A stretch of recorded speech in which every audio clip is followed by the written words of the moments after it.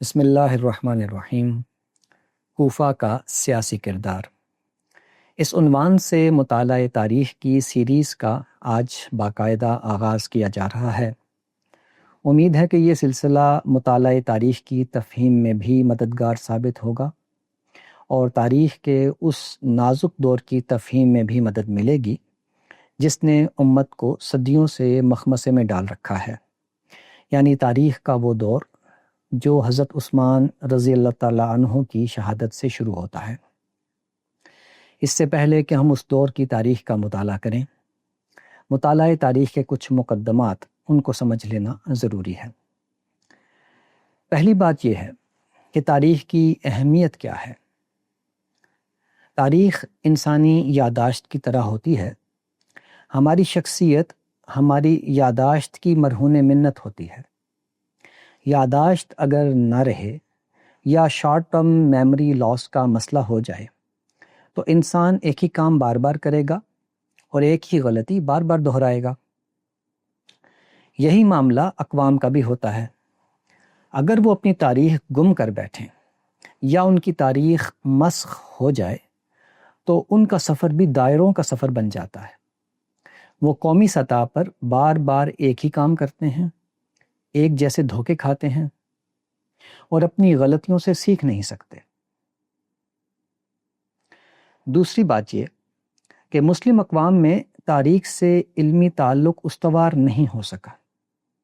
ان کا یہ تعلق تاریخ سے جذباتی نوعیت کا ہے، علمی اور عقلی نہیں ہے۔ اسی وجہ سے مطالعہ تاریخ کا کوئی سائنسی منہاج ان کے ہاں متعارف نہیں ہو سکا۔ واقعات کو روایات کی مدد سے پڑھا اور پڑھایا جاتا ہے۔ واقعات کے درمیان کوئی پیٹرن، سیاسی اور سماجی حرکیات کا لحاظ، اس قسم کی اپروچز کا فقدان ہے۔ تیسرا پوائنٹ یہ ہے کہ تاریخ سے مسلمانوں کی بے اعتنائی کی ایک وجہ تاریخ میں پائے جانے والی ہولناک باتیں، شرمناک باتیں جنہیں وہ سننا نہیں چاہتے۔ اس سے تکلیف ہوتی ہے، قومی وقار کو ٹھیس پہنچتی ہے، عقیدت کے جذبات بھی متاثر ہوتے ہیں اور یہ مضطرب کرتی ہے۔ حالانکہ یہی تاریخ ہے جس کو جاننا ضروری ہے۔ زندگی میں اس کو ایک انفرادی مثال سے سمجھتے ہیں کہ زندگی میں آپ کوئی بڑی غلطی کرتے ہیں تو وہ ایک طرف بری یاد بنتی ہے جو مضطرب کرتی ہے، تو دوسری طرف وہ ایک بڑا سبق بھی بنتی ہے جو آپ کو آئندہ کسی بڑی غلطی سے بچاتا ہے۔ اور آپ کے لیے وہ سبق بنتا تو ہے لیکن دوسروں کے لیے بھی بنتا ہے۔ ضروری نہیں کہ وہ بھی اتنی بڑی غلطی کر کے وہ سبق سیکھیں، تو آپ کی تاریخ دوسروں کے لیے سبق بن جاتی ہے۔ یہی معاملہ تاریخ کا ہے۔ جرمن قوم نے ہٹلر کی شرمناک تاریخ کو قالین کے نیچے نہیں دبایا، اسے پڑھا اور پڑھایا، اس پر شرمندگی کو قومی سطح پر قبول کیا۔ نتیجہ یہ نکلا کہ ان میں کوئی دوسرا ہٹلر پیدا نہیں ہو سکتا۔ مگر ہمارے ہاں مطالعہ تاریخ کا انداز کچھ یوں رہا کہ تاریخ میں بیان ہونے والی بری باتیں یا مضطرب کرنے والی باتوں کو یا تو نظر انداز کر دیا گیا یا ان سب پر اچھے پن کی ملمہ کاری کر دی گئی کہ سب اچھا تھا مگر نامعلوم وجوہات کی بنا پہ کچھ برا ہو گیا یا دوسروں کی غلطی کی وجہ سے کچھ برا ہو گیا۔ اس کا نتیجہ یہ ہوا کہ مسلمان قوم کنفیوژن کا شکار ہو گئی کہ جب سب ٹھیک ہے تو پھر غلط کیا ہے؟ جب کچھ غلط نہیں تو ہم بھی اپنی ہر غلطی کے لیے ماضی کے ایک غلط سے ایک مثال لا سکتے ہیں اور اپنی غلطیوں کو جسٹیفائی کر سکتے ہیں۔ یہی ہو رہا ہے۔ چوتھا پوائنٹ یہ ہے کہ زندگی میں اصولوں کی کیا اہمیت ہے، یہ ہر کوئی اس سے واقف ہے۔ دین میں اصولوں کی کیا اہمیت ہے، اس پر بھی کوئی دو رائے نہیں ہو سکتی کہ اصولوں کی جو اہمیت ہے اور دین میں اصولوں کی جو اہمیت ہے اس پہ کوئی کمپرومائز نہیں ہو سکتا۔ ان اصولوں کی روشنی میں غلط اور درست کی تعیین کیوں نہ کی جائے، جس طرح ہم اپنے لیے غلط اور درست کی تعیین ان اصولوں کی روشنی میں کرتے ہیں جو دین میں یا اخلاقیات میں مسلمہ حیثیت رکھتے ہیں، ماضی کے لیے بھی کر سکتے ہیں۔ مگر ہمارے ہاں یہ ہوتا ہے کہ اصولوں کے مقابل میں ماضی کی شخصیات کی ذاتی ترجیحات پیش کر دی جاتی ہیں، یعنی اصول جو بھی کہہ رہا ہو لیکن فلاں شخصیت نے اگر اس کے برعکس کیا یا اس سے کچھ مختلف کیا تو وہ بھی ٹھیک تھا. یہ طریقہ درست نہیں ہو سکتا. ہمیں اصولوں کو مضبوط پکڑنا ہوگا اور شخصیات کو اس پر پرکھنا ہوگا. اگر ان شخصیات کو کچھ کی ترجیحات میں وہ اصول پوری طرح ملحوظ نہیں رکھے گئے تو اس کی کوئی سماجی یا سیاسی مشکلات ہوں گی، ان کو مد نظر رکھنا پڑے گا اور اس کے لیے استثناء دینا پڑے گا. لیکن استثناء کا مطلب یہ ہوتا ہے کہ اصول اپنی جگہ برقرار ہے، اصول کو بدلا نہیں جائے گا. پانچواں پوائنٹ یہ ہے کہ ہمارے ہاں تاریخ کے بارے میں دو انتہا پسند رویے پائے جاتے ہیں. ایک کے نزدیک ہر رطب و یابس مسلمہ تاریخ ہے، ہر قصہ گوئی تاریخ کی ثابت شدہ داستان ہے. اور دوسرے کے نزدیک تاریخ ساری کی ساری جھوٹ پر مبنی ہے جس میں سے سچ کو تلاش کرنا ناممکن ہے اور تاریخ سے ہر کوئی اپنا سچ برآمد کر سکتا ہے. ایسا نہیں ہے. تاریخ بھی ایک سائنس ہے. تاریخ میں جہاں رتب و یابس بیان ہوتا ہے وہاں حقائق بھی بیان ہوتے ہیں. حقائق میں راویوں کی سند پر بحث نہیں ہوتی کیونکہ حقائق تاریخی مسلمات ہوتے ہیں. اس پر الگ سے بحث آگے آئے گی کہ تاریخی مسلمات کیسے سمجھے جاتے ہیں، کیسے اسٹیبلش ہوتے ہیں.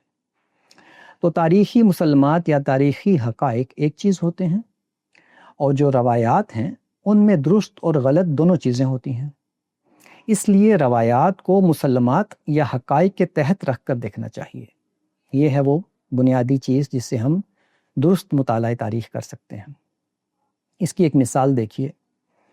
واقعہ حرہ جس میں شامی فوج نے مدینے پر حملہ کیا تھا، اس میں بیان کیا جاتا ہے کہ شامی فوج نے جب مدینے پر حملہ کیا تو عورتوں کی عصمت دری کی اور 1000 عورتیں حاملہ ہو گئیں. تاریخی اعتبار سے یہ بالکل غلط اور نادرست ہے. شامی فوج نے مسلم اور غیر مسلم علاقوں کے سینکڑوں شہر فتح کیے تھے. کسی بھی جگہ ان کے اس کردار کا مظاہرہ دیکھنے میں نہیں آتا، تاریخ میں نہیں ملتا. کوفہ جہاں ان کی سب سے زیادہ مخالفت تھی، یہ شہر انہوں نے بھی فتح کیا 1 سے زیادہ بار، مگر وہاں بھی انہوں نے اس قسم کی کوئی حرکت نہیں کی. اب لے دے کر مدینہ النبی ہی رہ گیا تھا جہاں انہوں نے اتنی بڑی بدکاری کرنی تھی. پھر یہ 1000 بچے جو پیدا ہوئے، تاریخ میں ان کا کوئی ذکر بھی نہیں ملتا. تو ظاہر ہے کہ یہ ایک سیاسی پروپیگنڈا تھا جو ان کے خلاف کیا گیا تھا. چھٹی بات یہ ہے کہ زیادہ تر سیاسی تاریخ ہی کو تاریخ سمجھا جاتا ہے، بادشاہوں کی تاریخ ہی کو تاریخ سمجھا جاتا ہے، جنگوں کی تاریخ ہی کو تاریخ سمجھا جاتا ہے. حالانکہ سیاسی تاریخ کے ساتھ سیاسی حرکیات کی تاریخ بھی ہوتی ہے، سماجی اور ثقافتی تاریخ بھی ہوتی ہے. تاریخ صرف بادشاہوں کے قصوں میں نہیں ہوتی، ادب و شاعری میں بھی ہوتی ہے، لوگوں کے ضمنی بیانات میں بھی پائی جاتی ہے. جغرافیہ سے بھی تاریخی حقائق معلوم ہوتے ہیں. آثار قدیمہ بھی اس بارے میں رہنمائی کرتے ہیں اور انساب کی کتابیں بھی اس بارے میں رہنمائی کرتی ہیں اور تاریخ فہمی میں بہت مددگار ثابت ہوتی ہیں. اس کی ایک مثال لیجیے. ہماری تاریخ میں نقل ہوا ہے کہ حضرت علی اور حضرت معاویہ اور حضرت حسین اور یزید کے درمیان جو کشمکش ہوئی اس کی وجہ بنو امیہ اور بنو ہاشم کی دیرینہ خاندانی رقابت تھی. یہ دونوں خاندان اسلام سے پہلے سے آپس میں رقیب تھے، حریف تھے، لڑتے چلے آ رہے تھے. وہی کنٹینیو ہوا آگے. اس کے لیے پھر ایک قصہ بھی سنایا جاتا ہے جو حضور کے جد امجد ہاشم اور امیہ کے درمیان پیش آیا تھا. یہ تاریخی حقائق کے خلاف ہے. وہ کس طرح؟ وہ اس طرح کہ جو کہانی ہاشم اور امیہ کے درمیان سنائی جاتی ہے وہ اول تو مستند نہیں، لیکن اس سے بڑھ کر تاریخ کو دیکھنے کا یہ نظریہ حقائق کی روشنی میں غلط ثابت ہو جاتا ہے. وہ یوں کہ یہ دونوں قبیلے بنو عبد مناف کے تحت ایک دوسرے کے حلیف تھے، حریف نہیں تھے. یہ دونوں قبیلے بنو عبد الدار اور بنو تیم اور حوازن اور ثقیف کے خلاف مل کر لڑا کرتے تھے. ان کے سردار بنو ہاشم اور بنو امیہ کے جو سردار ہوتے تھے یہ ایک دوسرے کے ندیم ہوتے تھے. ندیم کا مطلب ہے کہ وہ ایک دوسرے کے ضامن اور ذمہ دار ہوا کرتے تھے. حضرت عباس اور حضرت ابو سفیان کی دوستی، حضرت عباس بنو ہاشم کے سردار تھے، ابو سفیان جو تھے وہ بنو امیہ کے سردار تھے۔ ان دونوں کی دوستی تو تاریخ اسلام کا حصہ ہے۔ ہم جانتے ہیں کہ فتح مکہ کے موقع پر کس طرح حضرت عباس نے حضرت ابو سفیان کی حمایت کی اور انہیں بچا کر رسول اللہ صلی اللہ علیہ وسلم کے پاس لائے تھے۔ یہ ایک معلوم اور معروف قصہ ہے۔ ان خاندانوں کے درمیان باہمی رشتہ داری اور نکاح کے پے در پے سلسلے تھے۔ یہ ایک دوسرے کے سسرالی، ننھیالی اور دھدیالی ہوتے تھے۔ اس لیے چپکلش کے موقع پر جب ان کی آپس میں خاندان میں جب کچھ لڑائیاں جھگڑے ہوتے تھے تو وہ ایک دوسرے کو رشتہ داری کا واسطہ دیا کرتے تھے۔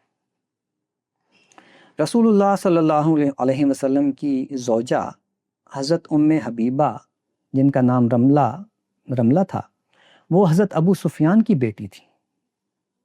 پھر آپ صلی اللہ علیہ وسلم کی 3 بیٹیاں اسی خاندان میں بیائی گئیں۔ آپ کی بیٹی حضرت زینب رضی اللہ تعالیٰ عنہا ابو العاص بن ربیع سے بیائی گئی تھیں، جو عبد الشمسی تھے، اور بنو امیہ بھی عبد الشمسی تھے۔ یہ ذیلی شاخ ہے، عبد الشمس کی ذیلی شاخ ہے بنو امیہ۔ پھر دوسرے اموی داماد حضرت عثمان تھے، جن کے ساتھ رسول اللہ صلی اللہ علیہ وسلم کی 2 بیٹیاں حضرت رقیہ اور حضرت ام کلثوم یک کے بعد دیگرے بیائی گئی تھیں۔ حضرت عثمان رضی اللہ تعالیٰ عنہ کی جو نانی تھیں بیضہ ام الحکیم، یہ حضرت عبداللہ بن عبد المطلب کی سگی بہن اور رسول اللہ صلی اللہ علیہ وسلم کی پھوپھی تھیں۔ یہ رشتہ داریاں واقعہ کربلا کے بعد بھی چلتی رہیں۔ حضرت جعفر بن ابو طالب، جو جعفر طیار کے لقب سے معروف ہیں، ان کے بیٹے حضرت عبداللہ کی بیٹی ام محمد یزید بن معاویہ کی بیوی تھی، اور حضرت حسین کی بیٹی حضرت سکینہ کے جو آخری 2 نکاح ہیں وہ اموی خاندان میں ہوئے تھے۔ انساب کی کتابوں میں ان خاندانوں کی یہ تمام نکاحوں کی بہت تفصیلات لکھی ہیں۔ سیاسی چپکلش ان کے چند سیاسی زعماء کے درمیان ہوتی تھی، جبکہ ان کے سماجی اور خاندانی روابط اس سے متاثر نہیں ہوتے تھے۔ ان حقائق کی روشنی میں 2 خاندانوں کے درمیان رقابت کا نظریہ بالکل غلط ثابت ہو جاتا ہے، اور ہم بہتر انداز میں تاریخ کا مطالعہ کرنے کے قابل ہو جاتے ہیں۔ 7واں پوائنٹ یہ ہے کہ تاریخی حقائق یا مسلمات کے وقوع میں پیٹرن ہوتا ہے۔ اس پیٹرن کو دیکھ کر فیصلہ کیا جاتا ہے کہ بات درست نقل ہوئی ہے یا نہیں۔ کوئی بڑا واقعہ یکدم وقوع پذیر نہیں ہو جاتا، اس کے پیچھے حرکیات کا پورا سلسلہ ہوتا ہے۔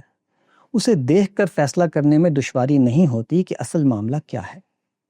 مثلا حضرت عثمان کو کوفہ، بصرہ اور فسطاط یعنی مصر سے آنے والے گروہوں نے مل کر شہید کر دیا تھا۔ اب اس کو دیکھنے کا ایک زاویہ یہ ہے کہ ان واقعات کو یہیں سے سمجھا جائے جب وہ پیدا ہوئے، جب وہ وقوع ہوئے۔ دیکھا جائے کہ لوگ کیا کہہ رہے ہیں، کیا الزام دے رہے ہیں۔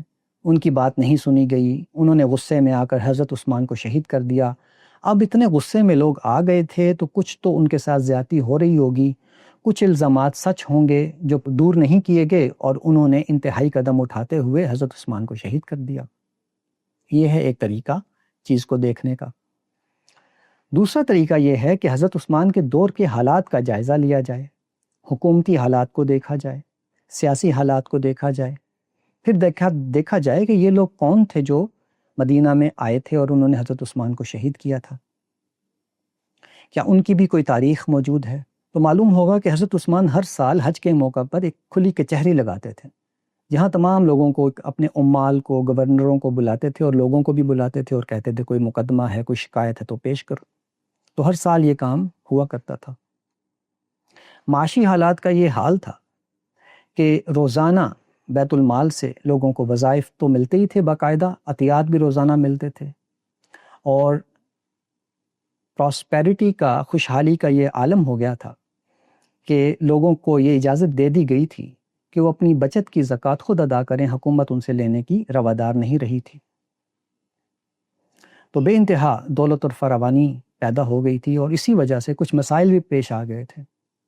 نوجوان جو تھے وہ دولت زیادہ ہونے کی وجہ سے کبوتر بازی، نشے اور ان چیزوں میں لگ گئے تھے، تو پراسپیرٹی کا لیول بہت اوپر تھا۔ اب یہ دیکھنا چاہیے کہ یہ لوگ کون تھے جو وہ آئے.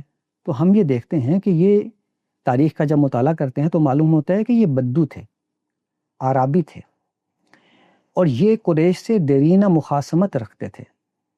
یہ وہ لوگ تھے جنہوں نے رسول اللہ صلی اللہ علیہ وسلم کو بھی سخت دک کیا تھا.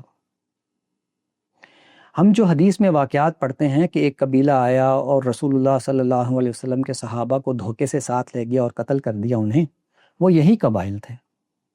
سورہ حجرات، سورہ توبہ اور سورہ فتح میں بھی ان کا کردار زیر بحث آیا ہے. قرآن انہیں منافق قرار دیتا ہے. الزام تراشی ان کا شیوا تھا. سورہ حجرات میں اللہ تعالیٰ ان کے بارے میں مسلمانوں کو متنبع فرماتے ہیں کہ ان فاسقوں کی خبر پر بھروسہ کر کے کسی قوم سے بھیڑ نہ جانا، ورنہ بعد میں تمہیں ندامت ہوگی. ان کا ہی ایک شخص تھا جس کا نام تھا ذوالخویسرہ تمیمی. اس نے رسول اللہ صلی اللہ علیہ وسلم پر مال کی تقسیم میں ناانصافی کا الزام لگایا تھا. غزوہ حنین کے موقع پر آپ تقسیم کر رہے تھے مال غنیمت، تو اس نے آپ سے کہا تھا کہ محمد صلی اللہ علیہ وسلم انصاف سے کام لو. تو یہ اس طرح کا ان کا کردار تھا. پھر جب کوفہ اور بصرہ بسائے گئے تو یہی ان عرابیوں اور بدوؤں کی ایک بڑی تعداد وہاں لا کر بسائی گئی. یہ پہلے سے ان علاقوں کے قریب رہا کرتے تھے، چنانچہ بصرہ اور کوفہ جب بسائے گئے تو ان کی بڑی تعداد یہیں آ کر بس رہی. پھر کوفہ میں ہمیں ان کا کردار نظر آتا ہے کہ انہوں نے کسی گورنر کو ٹکنے نہ دیا. ایک کے بعد ایک گورنر ان کے الزامات کی زد میں آ کر معزول ہوتا رہا. حضرت سعد بن ابی وقاص پر یہ الزام لگایا کہ نماز اچھی طرح نہیں پڑھاتے. عمار بن یاسر آئے تو ان کو کہا کہ یہ بہت سادہ طبیعت کے ہیں، تو یہ معاملات سنبھال نہیں سکتے. ولید بن عقبہ ان کے اوپر شراب نوشی کا الزام لگا دیا، اور مغیرہ بن شعبہ ان پر زناکاری کا الزام لگا دیا. پھر سعید بن العاص مقرر کیے گئے تو ان کو بھی بڑا زور دے کر بڑی مزاحمت کے بعد ان کو بھی معزول کرا دیا. تو یہ ان کا مکمل پیٹرن تھا. اب یہی لوگ تھے جو اب خلیفہ کی معزولی کا مطالبہ لے کر مدینہ پہ انہوں نے چڑھائی کی تھی. تو یہ ہے ایک پیٹرن جو سیاسی اور سماجی حرکیات کا جسے پیٹرن میں کہہ رہا ہوں، اس سے تاریخ کو دیکھنے کا ایک زاویہ ہاتھ آتا ہے. تو اس طرح سے ہم باقی چیزوں کو اگلے سیشن میں کمپلیٹ کریں گے. تو آج کے لیے اتنا ہی. آپ کا بہت شکریہ.